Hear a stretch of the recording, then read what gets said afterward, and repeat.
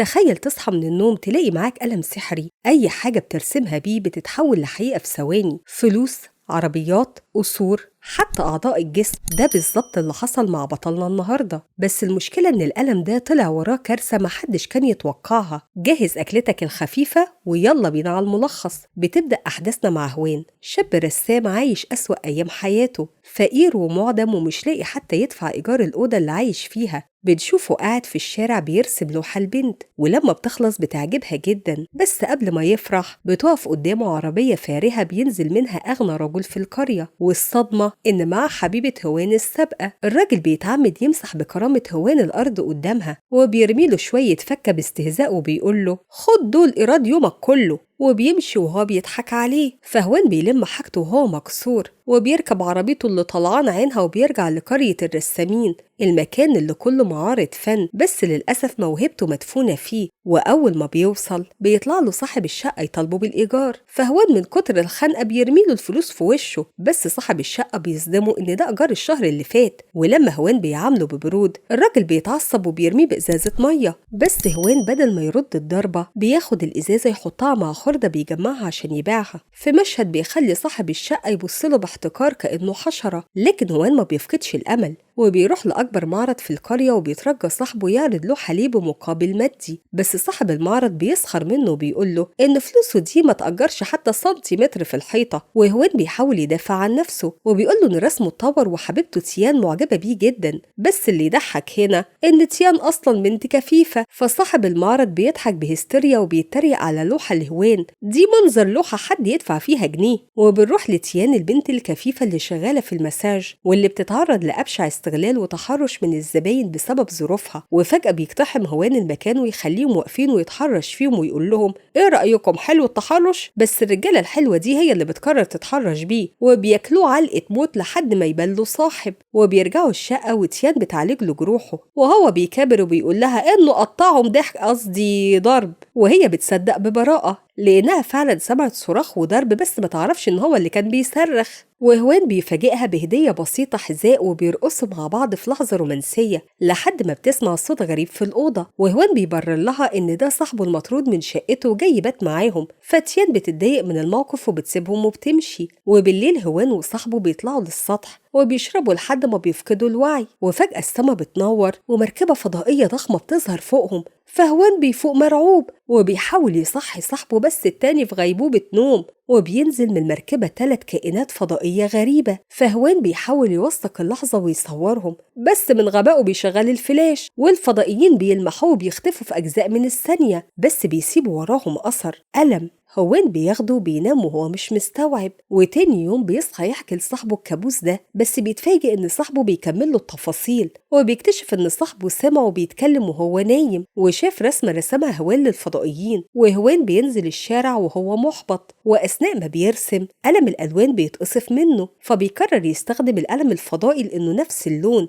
وبيرسم بيه. والصدمة اللي بتشل تفكيره إن الرسمة بتتحول لشيء حقيقي ملموس. بيرسم تفاحة بتطلع تفاحة حقيقية، فبياكلها عشان يتأكد، وبيجري زي المجنون على صاحبه وبيحكي له كل اللي حصل. بس صاحبه بيقول له شكل الشرب لسه مأثر عليك، فبيقول له أنا هوريك دلوقتي، وبيطلع القلم وبيرسم قدامه سبيكة ذهب، بس السبيكة مش بتظهر. فصاحبه بيتريق عليه وبيقطع الورقة وبيرميها من الشباك. وفجأة بيسمعوا صرخة راجل عجوز في الشارع، وبيبصوا يلاقوا الراجل سايح في دمه وماسك السبيكة اللي نزلت على دماغه. بس الراجل أول ما بيلاحظ إنها سبيكة ذهب بياخدها وبيخلع بسرعة ولا كأن حصل حاجة. وهنا صاحبه بيصدقه وبتبدأ بقى رحلة الجنان. وصاحبه بيقول له عايزك بقى تمخمخ كده وتعمل لنا حتة سبيكة وصاية، وبيرسم السبيكة فعلا وبتظهر لهم. وبعدين بيقرروا إنهم يغيروا الأوضة المعفنة اللي عايشين فيها دي. فهوان بيقول لصاحبه أنا هرسم قصر كبير، وبمجرد ما بيخلص الرسمة القصر بيظهر وسط القرية الفقيرة اللي عايشين فيها. والناس لما بيشوفوا القصر بيترعبوا إنه ظهر فجأة كده قدامهم، والشرطة بتيجي على القصر وبيكونوا مش مصدقين اللي شايفينه، فبيقرروا يقتحموا القصر. بس هوان وصاحبه بيكونوا واقفين بره وشايفين كل حاجة،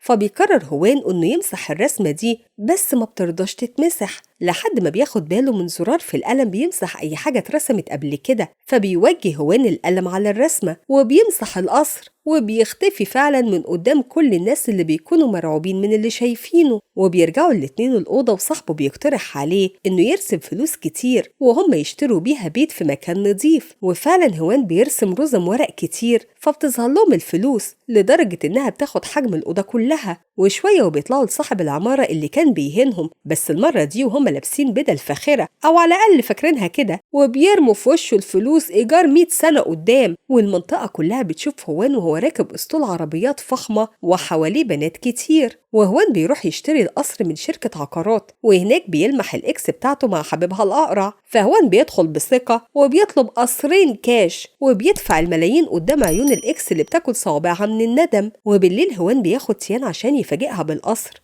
بس المفاجأة بتبوظ لأن تيان بتقوله إن المنطقة كلها بتقول إنك جبت قصر بفلوس كتير جدا. فهوان بيكمل مفاجأته وبينزل على ركبته وبيطلب إيديها وسط أجواء خرافية. بس اللحظة بتتدمر لما صاحبه بيدخل مع بلوجر مزعجة، فتيان بترفض الجواز وبتمشي بحجة إنها مش عايزة يتعاير بيها لأنها كفيفة. فهنا هوان بيضطر يكشف لها سر القلم السحري، وتيان بتطلب منه طلب واحد: ارسم لي عيون علشان أقدر أشوف تاني. فهوان بياخدها القصر وبيسهر يرسم عيون طول الليل، وأول ما بيخلص العيون بتظهر بالغلط على كتف صاحبه في مشهد مرعب، فبيمسحها بسرعة. وصاحبه بيقترح عليه يرسم تيان كاملة من جديد، فبينفذوا الفكرة وتيان الأصلية بتختفي، وبتظهر تيان الجديدة بعيون بتشوف لأول مرة. بس هنا الفيلم بقى بياخد منعطف مرعب، بنكتشف إن القلم ده ما بيخلقش الأشياء، القلم ده بيسرقها من مكان تاني في العالم. وبنشوف ممثلة مشهورة بتنتقل للمستشفى لأن عينيها اختفت فجأة، وقصر انتقل من مكانه، وعربية اختفت والناس اللي فيها بيكملوا طريقهم زحف على الأرض، وملايين بتتبخر من البنوك، وحتى منطاد سياحي بيتسرق وبيقع ركابه في البحر. كل حاجة هوان بيتمناها في حد تاني بيدفع تمنها. وهوان مكمل في نشوته وبيروح لصاحب المعرض اللي أهانه وبيرميله 5 مليون عشان يأجر المعرض،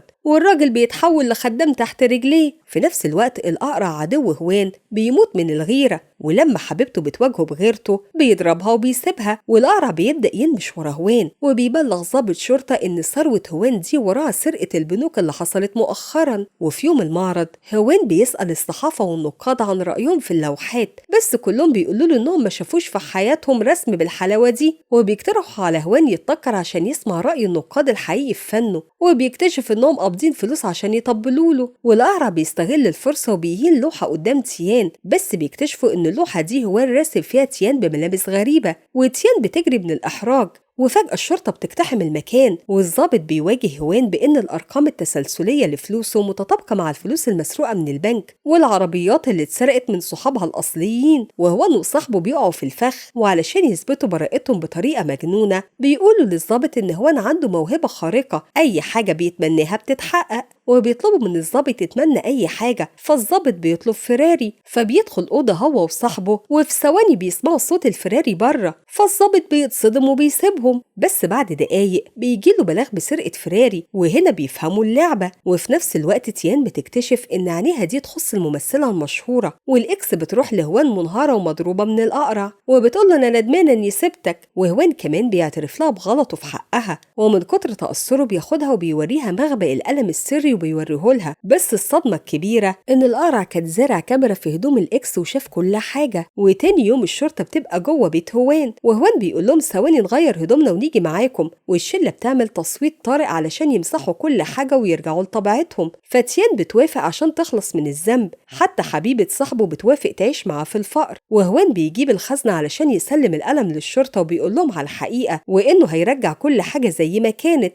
بس ما يتقبضش عليه. والشرطة بتوافق، بس المصيبة إن القلم اتسرق. الأقرع سرق القلم وخطف الإكس ورسم لنفسه إمبراطورية كاملة ظهرت على أرض الواقع، عين رجالته خدم عنده مقابل ذهب، وربط البنت على باب قصره، وكمان رسم ملكة جمال كوريا عشان تبقى حبيبته بالعافية. والشرطة وهوان بيحاصروه، ولما الأقرع بيحس بالخطر بيقرر يرسم كوكب تاني ويهرب عليه، وكان بيهدد الشرطة إن لو حد قرب هيخلص على ملكة الجمال. بس القدر بيلعب لعبته وبيرسم بالخطأ مركبة الفضائيين اللي بتنزل فوق دماغهم. وهوان بيقول بيقول للضابط إن دي نفس المركبة اللي كان فيها الفضائيين اللي كان معاهم القلم، والفضائيين بينزلوا في قمة الغضب وبيمسكوا هوان من رقبته لأنهم فاكرين إن هو اللي جابهم هنا تاني. وبيسأل هوان عن القلم اللي وقع منهم، فبيشاور لهم على الأقرع بسرعة، بس الأقرع رسم دبابة دهب علشان يحتمي بيها، لكن بيجيب ورا بسرعة وبيتأسف للفضائيين أول ما بيلاقيهم سيطروا على الدبابة، بس الفضائيين بيمسحوا بيه وبودي جارداته الأرض وبيستردوا القلم، وهوان بيطلب منهم يرجعوا كل حاجة لأصلها، وفعلا كل حاجة بتتبخر،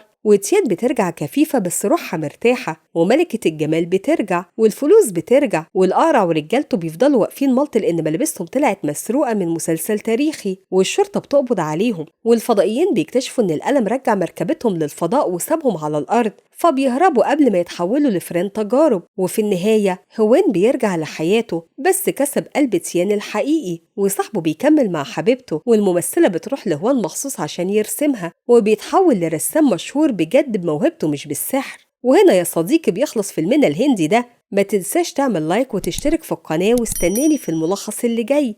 سلام.